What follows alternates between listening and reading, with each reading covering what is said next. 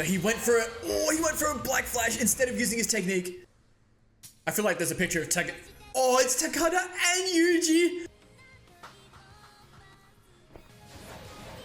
Oh, he's still back there, activated his technique by clapping Mahito's hand. And then Yuji Black Flashes. Is the Black Flash?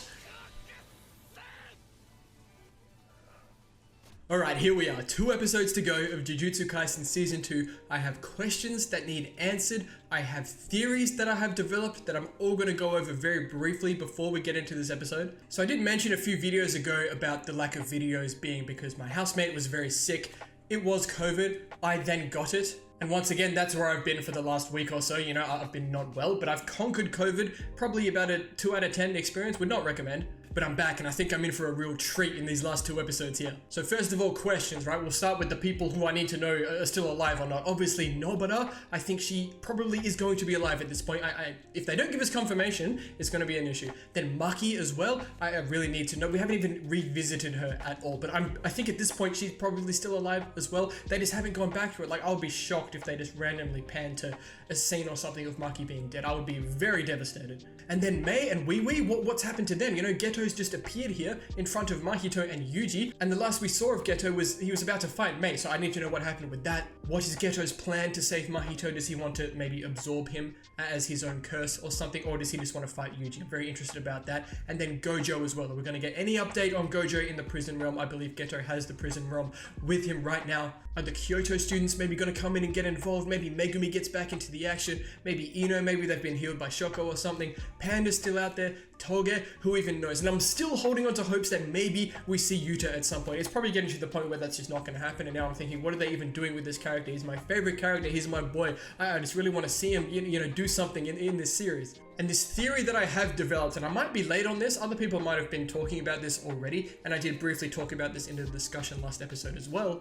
and I've been thinking a lot about Geto and Gojo, and way back at the start of this season in Gojo's past arc, Geto was saying to Gojo, you know, if I was you, I'd be able to accomplish my goal very easily. But what's really interesting now is that this thing that's taken over Geto, you know, this was the thing that was inside Geto that was talking to, you know, Jogo way back in season 1 about, you know, they still want to, they have the same sort of goal, and I imagine it's similar to Geto's original goal, maybe not for the same reasons, but now this thing that has Geto's body has Gojo in the prison realm. Maybe it can take over Gojo and then it will be able to do whatever it wants essentially. So that's really interesting to keep in mind going forward. I would love if that gets addressed or something, or maybe what the nature of this thing inside Geto is and what its actual goal is. Another thing I want to know more about is Urame, that person that appeared in front of Sakuna that was in season 1 that we've seen briefly throughout this season as well. What's their agenda? What's their relationship to Sakuna? And ultimately, what is Sakuna's overall goal? We know it's to do with Megumi, possibly Gojo as well. Very interesting, all of that. So it's a very big checklist, but if all of that gets addressed in these last 2 episodes,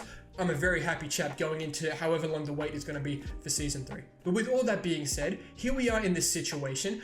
Geto has just appeared as Yuji has just been dominating Mahito, and Geto said, would you like me to save you? One of the gnarliest cliffhangers of this season thus far. I have really no idea where it could go. It can go in so many different directions. Are we going to get like Yuji versus Geto? I really don't know, but I'm just going to go into this open-minded and enjoy this experience. And really quick before I start this episode, if you guys enjoy this content, please consider liking the video and subscribing to the channel if you want to see more content like this. It would really help me out and I'd really appreciate it. If you want to support the channel even more, there is a link to my Patreon down below. Alright, now that's all out of the way. It's time for Jujutsu Kaisen Season 2, Episode 22. Is that the meteor from Jogo? They're just showing what's happened to Shibuya. Insanity. But regardless of what happens with all of this fighting, look at what's happened. Who? Panda? Is he in gorilla mode? What's he been dealing with, those people? Yeah, look at him. Did they just get caught up in the destruction? Or look at him, he's chilling. Or did they have to fight those other people that were with Geto? Oh, about Sakuna? Yeah.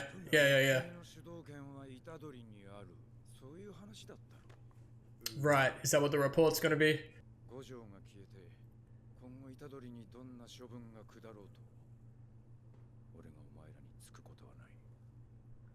Wow. Oh, that makes things very interesting. I mean, I get it, but like, wow, that makes things so interesting. Malaysia? Not Malaysia, man. Not when Nanami wanted to go. Hey, yo? Hey, yo! What are we doing here? That's what I'm saying, wee wee. But they're okay. I don't know what's going on. Is this after? How long has it been? Right, of course. Straight back to the money. May is a very interesting character here. I have no idea who she's talking to, but... This is Chozo's memories.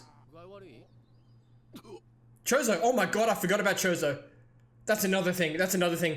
He's just been chilling here this whole time. I forgot that he was on my checklist as well. Dude, he's just been shook about what he saw this whole time. I'm thinking about all this brother stuff again.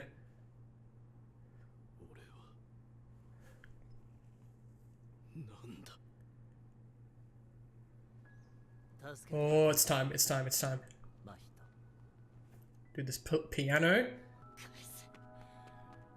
Yuji's... Oh, shit. Yo? Wow. That's crazy. Are we getting Yuji vs Geto? I don't want to read into things too much, but Yuji, like, his lip thing is sealed up. Is this like a hint at reverse curse technique? Possibly. I don't think it is. I think it's just an animation thing, but that's interesting. Okay, adapting already. Man, this might be tough for Yuji, man. I don't think going head on against Geto is going to work in this instance. Uh-huh.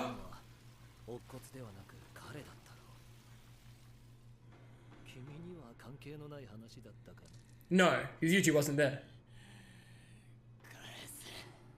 Yeah, he was talking about Gojo. That's what I thought.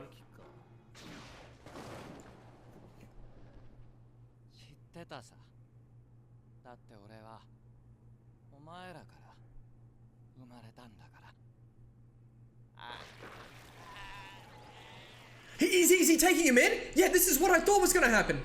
But it looked like Mahito tried to grab Geto. Maybe he didn't want this to happen. Does Geto get control of Mahito when he summons him now, potentially? Bro, they're drawing this out. This is bad for Mahito.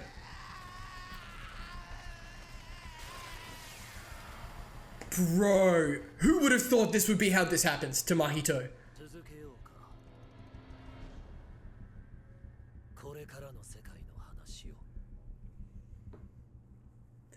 Dude, that is wild. I don't know what this means for Mahito though. And look how blue it is. Okay, we've seen some Supreme Arts lately. Yeah. Are we gonna get Geto's? Maybe it's what he used against Akotsu in the movie. Uzumaki? Naruto? Yeah, this is what he did to Akotsu.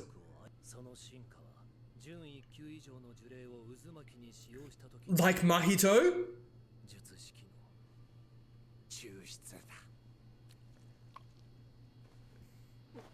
I hate it. Okay. That's Mahito absorbed, and now he's gonna use Uzumaki? What? Nishimiya! It's the Kyoto students, it's time! But we're no match for Geto, we can't be! Here we go, talk to me then. Let's go, Mai! And she's posted up. Is this Nishimiya? It's the only voice I can think. There's a Miwa. It's Miwa. Yo, imagine how Miwa is feeling right now after this Mechamaru stuff. She might be about to do something. Jeez, look at these shots. I swung my sword relentlessly. It's giving me Tajiro. Okay, Miwa.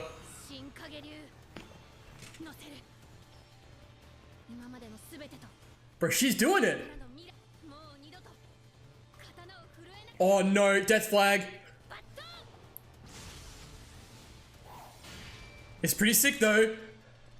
Yeah, no match. I'm really nervous for Miwa right now. He's doing it. He's doing it. Uzumaki. Me what? Get out of the way. Oh, but it's Mahito. God, it looks like his domain. Someone get her out of there. Any explainers? Please tell me what happened. Okay. And there's Urahime as well. Now, this I imagine is who Miwa learned from, because he has like the same technique. And she just mentioned her mentor as well. Panda! And is that...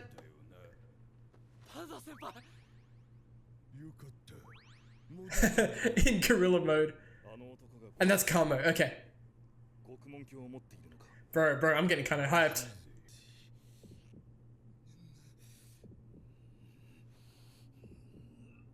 It's Chozo. Yep. Which was a Kamo, right? And I believe his name was also Noritoshi. Wait. Go back. He has the stitches, bro. Yep. But it's not him, it's a different one. Yep. This was season 1. Wait. It's the same thing. Oh.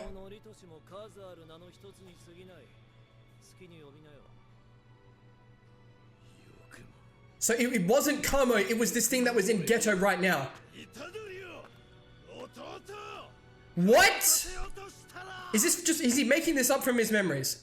It's Uraume. Third rate?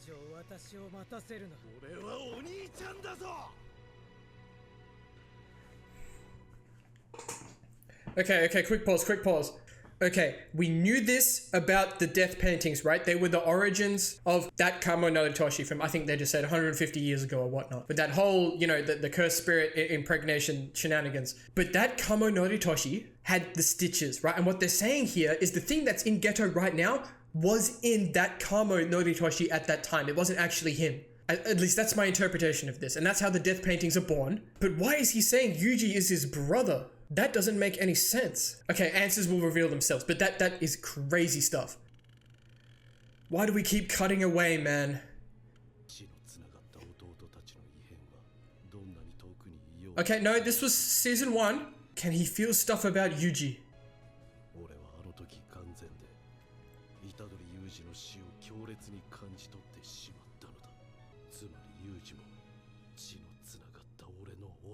What? That can't, no, maybe it's Sukuna somehow, I don't know, with the... Oh! Okay, quick pause again, I know crazy things are happening. So Yuji is somehow this thing... I did say this, I think, in the discussion on the episode where Chozo had the flashbacks. I talked about this. I was like, there is a possibility that somehow, because we don't know about Yuji's parents, that one of his parents was a Kamo. But if they are related, it must be this. It must be Kamo Noritoshi, the thing that's inside of Ghetto. Oh my god. Okay, everyone relax. Let's watch the episode. Okay, Urame's strong. Let's go, Chozo. Hey, I'm here for Chozo. Oh, we hear this music in the back. I'm here for Chozo to go nuts right now.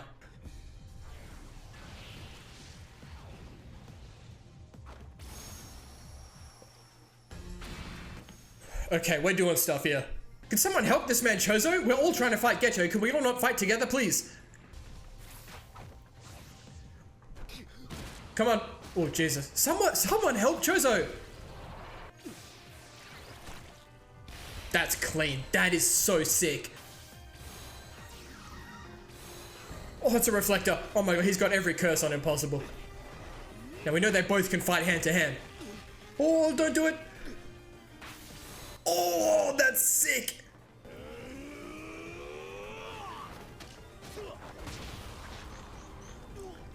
I think Ghetto's got him though, man.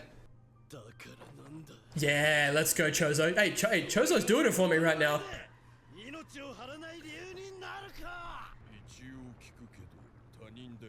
Yeah, that's what I'm saying.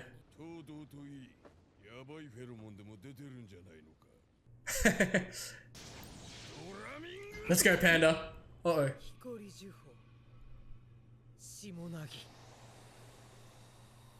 Uraume? Oh shit, okay, that's broken. Anyone with fire? Sukuna? Okay, what do we do about this? Are they just gonna leave? Hey, yo! Hey, yo! Is that a reverse curse technique? Yeah.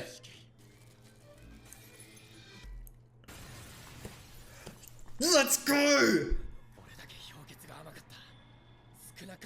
Yep. I feel like something's going on with Sukuna this episode. Explain more, please. That animation change was wild. Okay, Nishimiya. Get involved. I feel like Uraume is a double agent for Sukuna and Geto. Like Uraume works for Sukuna, but is trying to help Geto. They only need Yuji. Eyes fall. Alright, they're all getting clapped. Oh, that ain't it. Okay, something has to happen here.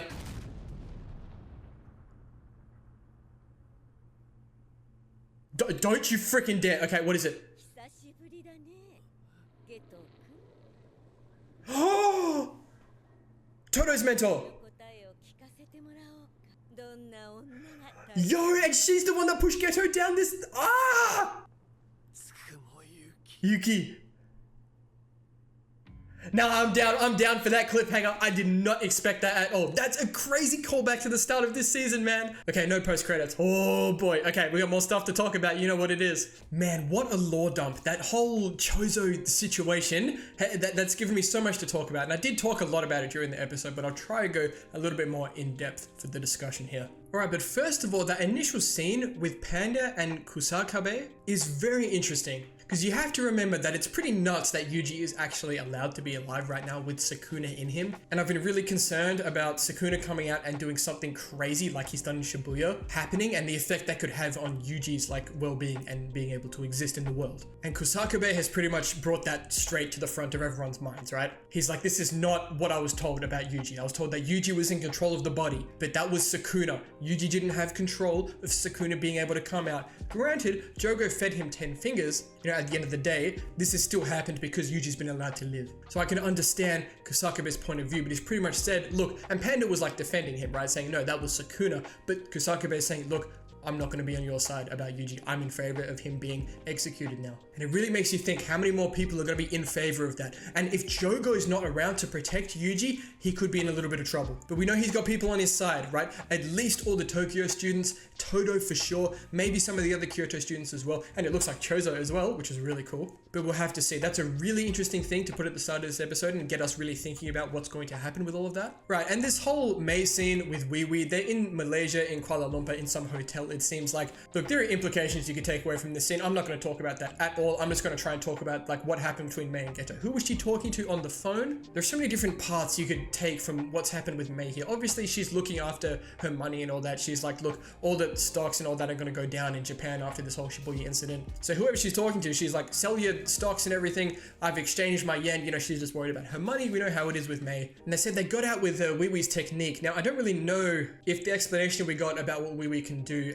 when Mei and Wee Wee were inside that curse's domain really adds up to what happened here. I could be missing stuff. Please feel free to correct me if we actually know what Wee Wee's technique can do in terms of getting them out of there, I believe. And Mei's last line on the phone is, I look forward to working with you again. I really don't know who she could be talking to, but they're throwing a lot of sus on Mei here. They want you to be questioning her character here, I'm sure. Like perhaps they were almost killed by Geto and they managed to get out with Wee Wee's technique and now they're just off hiding or something, but I really wish they could have come and helped fight maybe. So a lot more questions over there. So that's another question I'm going to have going into next episode. And a little glimpse of what's to come with Chozo. I completely forgot about him. I did remember him a few episodes ago, but going into this last 2 episodes, I completely forgot. And Chozo's been freaking out, hiding this whole time, and he's pretty much saying like, Yuji, what are you? And he's like, what am I? And that's what I'm saying at this point too. We get a little Geto versus Yuji, and Geto's pretty much showing that that especially in the state that Yuji's in, it doesn't seem like Yuji is a match for Geto. Geto is just throwing his curses out. But I'm going to draw attention to this again about Yuji's lip, right? And there was a lot of emphasis, I think, on Sukuna maybe doing some things behind the scenes,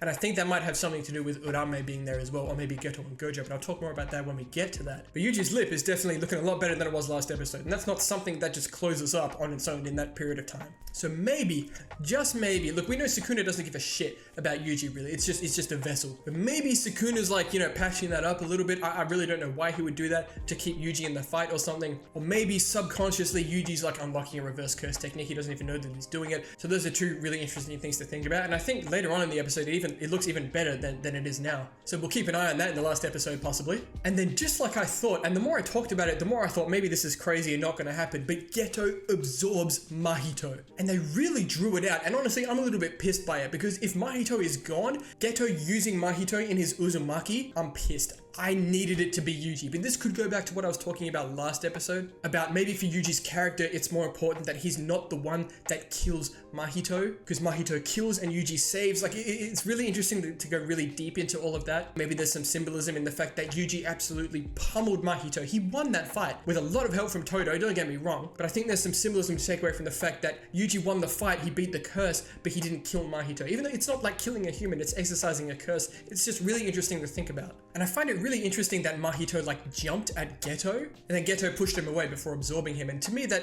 is the only thing I can think of is Mahito knew what Geto meant by, do you want me to save you? Like, I'll absorb you. And he tried to get the jump on Geto before that could happen, because Mahito probably knew it would mean death, or at least surrendering his independence as a cursed spirit, I guess, to Geto. And then Geto does us the favor of explaining the supreme arts to us, which we have been seeing a lot of throughout this season. And there was a little glimpse of some of the death paintings from last season using them as well. And Geto is explaining the supreme arts as being right up there with domain expansions in terms of, you know, expressing, you know, curse technique ability. I wouldn't think they're quite as strong as domain expansions because of the guaranteed hit effect of the domain, but these supreme arts, they hit. We saw Jogo's massive meteor, plus the other ones they flash back to, and we all know that they are really strong techniques. And immediately I was thinking back to, you know, what Geto used against Okotsu, combining all of his curses into one for one big attack. And that's exactly what his supreme art is, the Uzumaki. But Geto explains that when a cursed spirit above semi-first grade is used in Uzumaki and the technique is extracted, that's when Uzumaki shows its true value. And he's talking about Mahito as he consumes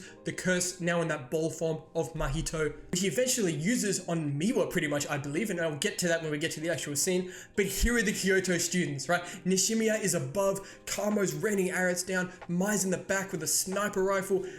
Excellent. And Utahimi is here as well. But good, I'm really glad they're here, at least just to help out. Like I've been saying, I don't think they'll be able to do much. You know, Mekamaru was like, y'all are gonna get killed if you get caught up in this. I just hope there's no more casualties. We've had enough of all that craziness this season, hey? And then we get a little Miwa moment here, which I think is deserved, given what's just happened between her and Mekamaru. Now, I remember Miwa said in season 1, like one of her goals was to become independent and start earning money as quickly as possible. And she's talking about here, about not wanting to be a burden on her mother, and she's swinging her sword relentlessly. She says she met her mentor, which I believe is Kusakabe, when she was in high school, and I imagine he's taken her under her wing and started to teach her, you know, how to use a sword and whatnot. And I was very nervous for her because Mekamaru has just died. Miwa and Mekamaru are obviously paired off together after that whole train scene, and she's right up there in Geto's grill with her new shadow style, about to quick draw, and I'm like, maybe she's gonna do something here, or maybe this is a death flare because Mekamaru's died. But no, Mekamaru said, you know, I want Miwa to be happy. I want you to find peace, whatever that is. So I really hope Miwa doesn't die and manages to go off and find that. But it was a sick moment, even if Geto just snapped the sword just like that and it didn't really do nothing. It was really cool because Miwa's like, I'm gonna put my everything into this, even if it means I never swing my sword again. That's a big moment for Miwa. I'm here for it. And then the Uzumaki happens right in front of Miwa, and it's clearly Mahito. You can see him embedded in there. I don't know specifically what Geto means by extracting the technique, the idol transfiguration. If that was like embedded into the Uzumaki, or if Geto has extracted it or something. I imagine if that's a thing, we'll get it explained to us. But it seems like Kusakabe has come in and saved Miwa, Nishimiya, and Utahimi are there as well. That was really clutch. And then Panda and Kamo are here with Yuji, and it looks like we're all getting set up to all have a go at Geto, which is really cool. But like I've been saying, I don't think anyone's a match for Geto right now, but really cool that everyone's here and ready to give it their all. And here comes Chozo. Now Chozo's just here right in front of Geto, and he starts to explain like his parentage, and then he can feel when something happens to one of his blood relatives. Now here's the situation when Chozo says, look, I've got 3 parents, my mother, and then the cursed spirit that impregnated his mother, plus the man who mixes blood into the affairs, Kamo Noritoshi from 150 years ago or whatnot. Now, I'm thinking at this point it was Kamo Noritoshi, but the cursed spirit was the thing that was inside him and is now inside Geto. Now, I really hope I'm following this because I feel like it's going to be really important maybe for next episode, and if it's not, then I'll have plenty of time to figure it out before next season.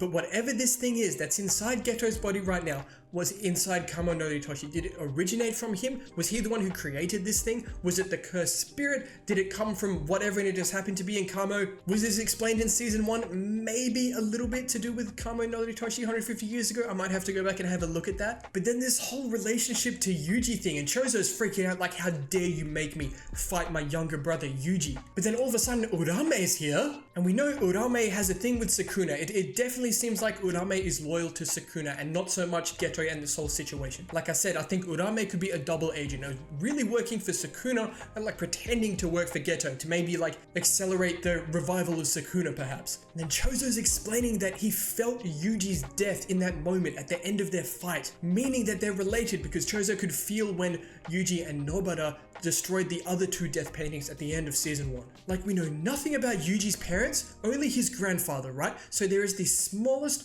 of smallest chances that somehow someone from the Kamo clan is a parent of Yuji, or somehow in the distance they are related. And at this point, it's looking like it damn well could be this thing that's inside of Geto right now. And like, my head's getting dizzy the more I think about it, because like, are they like almost like directly related? Like, do they have the same parent being this thing inside of Geto, or does it go like generations back, maybe even 150 years back? Like, I'm honestly getting dizzy the more I think about it now, so I don't know how deeply I could delve into that, but it's really interesting. Like, okay, so at this point, they're pretty much related. It's like, how, by which parent, like what's happened in there, in all that family tree business we know nothing about just yet. I really want to know, but that's really interesting. At this point, I believe we're being led to believe that it is this thing, this cursed spirit, this whatever it is that's currently inside of Geto and was originally inside or could originally have been Kamo Noritoshi, and obviously that's why Chozo can use blood manipulation. Goodness gracious me, this is a lot. And after Urame interferes and kind of blocks a blow from Chozo and kind of gives a little nod to Chozo about how strong he is, we get a little bit of Chozo versus Geto, which was really cool. Really cool blood manipulation effects, really cool use of curses and whatnot by Geto, and some pretty good choreography. We've got some melee hand-to-hand fights in there, which we know both of these characters are very capable of, from Chozo versus Yuji and from Geto versus Okotsu as well. But pretty much like the theme of this episode has been, Chozo is no match for Geto, it seems, and then Urame comes in with this ice situation, like frost calm or something? Ice formation, frost calm. Now, I've just had this thought right now. So Urame is using all these ice techniques, right? Clearly, Sukuna has some fire aspect about him from his fight with Jogo and against Mahogara, whatever his name was as well, the 10th shadow from Megumi. And we know Urame's loyalty to Sukuna, and Sukuna recognized Urame. So how old is Urame? Maybe there's a bit of a thing there, an ice and fire thing. That's really interesting. But she freezes everyone just like that and then heals up this hole in her hand like it was nothing with the reverse curse technique. And Kusakabe says it right here. I hope I've got his name right. I might be mispronouncing it, but he says, look, they're on a completely different level than we are. And that's what it seems like. All these characters, Urame, this Geto thing, Sukuna, they're all at least hundreds of years old at this point, right? And then who comes in as the only one who wasn't frozen? It was Yuji. Obviously, there's 2 reasons for this, and the first one is the one that I said, right? Maybe it's something to do with Sukuna not letting him get frozen, or like the fire kind of aspect of Sukuna. The second one that I realized, and probably the more obvious one, is that Urame chose not to freeze Yuji, right? Because Urame is loyal to Sukuna, and that's what I think has happened here. Chozo and Yuji have a really funny moment because Yuji's just pretty much at this point probably like, you can't be my brother, that's ridiculous, but Chozo knows it's the truth. Nishimiya comes in the cut real quick with an attack. That was really cool, and then it's her, Chozo, and Yuji are the only ones that can attack. And she mentions that Utahime is finishing her preparation somewhere, so I'm not entirely sure what that means. I think Utahime is maybe doing something to get them out of there, maybe get Gojo back. Remember that for next episode. That's something to keep an eye out for. And then Urame comes back in saying, right, the only person you need alive, because Geto was like, leave them alive, I need messages, pretty much for like, he was saying stuff about, look, we're going to talk about the world that's coming, you know, what I'm going to turn the world into is what he's implying. But Urame comes in like, the only one you need is Yuji, right? Because for Urame, that is Sukuna, saying, I'm gonna kill off everyone else here except for Yuji. With this really sick ice formation, ice fall, everyone's blasted with ice, and all of a sudden all these like icicles are raining down, and it's not looking good. And I really thought they were gonna cliffhanger us there, and I was gonna be so mad, but clearly it was a setup for someone to come in and save them. That was very obvious, and I'm just like, who? And in the back of my mind, like all these swords have been coming out this episode, I'm like, Yuta or Kotsu? Maybe somehow that would be sick, but no, it's almost even better, I'm not gonna lie. It's Yuki, it's Todo's mentor, who we saw in season 1 in Todo's flashback, and in episode 5 of this season, talking to Geto and eventually, like pushing him down this path. Which is crazy. This is not even a character I thought was coming into this. And I believe, is she a special grade Jujutsu sorcerer? I believe she is, right? She said that earlier. And she's got this curse thing with her, I believe. It's almost like this like dragon kind of thing that's like wrapping around her. And I think we've seen that in a shot before, I believe when she met Todo maybe. But that's looking pretty sick. But it's so interesting that she's here now, because she's not affiliated with like the Jujutsu sorcerers at all, I believe. And she was pushing this idea on Geto. Like, this is something you could do. You could eliminate all the non-Jujutsu sorcerers from the world and pretty much be a demon. But we have to remember, this is not Geto in front of her. This is the thing that's inside of Geto, this Kamo no Toshi, whatever it is situation. But the fact that she's come here to stop Geto when she is one of the people who said you could do this, like I can't do this, but maybe you could be the person to potentially make this happen. Remove cursed spirits from the world. And she gives us the line. She's like, I need to get your answer to my question from back then, because she asked Geto all the way back then, what kind of woman is your type? And she comes back now like, I need my answer. What kind of woman is your type? And it's the same thing that Todo says, but she's stopped that attack, or at least we're only seeing Yuji in this shot, and there's just ice everywhere else. But clearly she's done something, and she's a special grade Jujutsu sorcerer. She's going to be hella strong. So is she going to go nuts in this finale? This is not something I expected, but that was insane. Massive lore dump, so many twists. I didn't see it coming. Some of them I did, like with Mahito, and what I didn't talk about is Mahito gone? Like, is Geto using him in the Uzumaki? Does that mean he's gone? Because if so, that's insane. And I would really like to attribute Mahito's death to the previous episode, because Yuji completely broke down his character, everything that Mahito stood for and embodied as a cursed spirit, and what he meant, as a character in this show. Yuji won that battle, he defeated Mahito, so I would like to say that Mahito died last episode, and then Geto just used him as a tool in this episode. And I'm really excited to see how this fight wraps up. Do we somehow manage to get the prison realm back? Does Geto get away with it? What's going to happen with Yuki? Is she going to fight Geto? Like, they're probably on a pretty similar level, like special grade level. So thank you all so much for watching. If you enjoyed, please consider liking the video and subscribing to the channel. If you want to see more content like this, there's going to be a lot more shows coming to the channel in the near future, including Chainsaw Man, Season 2 of Vinland Saga, and I'll be continuing on with Hunter x Hunter, Solo Leveling, and Cowboy Bebop as well. And if you are interested in supporting the channel a little bit more, the link to my Patreon will be down below. But with all that being said, we'll see y'all in the next episode, the finale of Jujutsu Kaisen Season 2.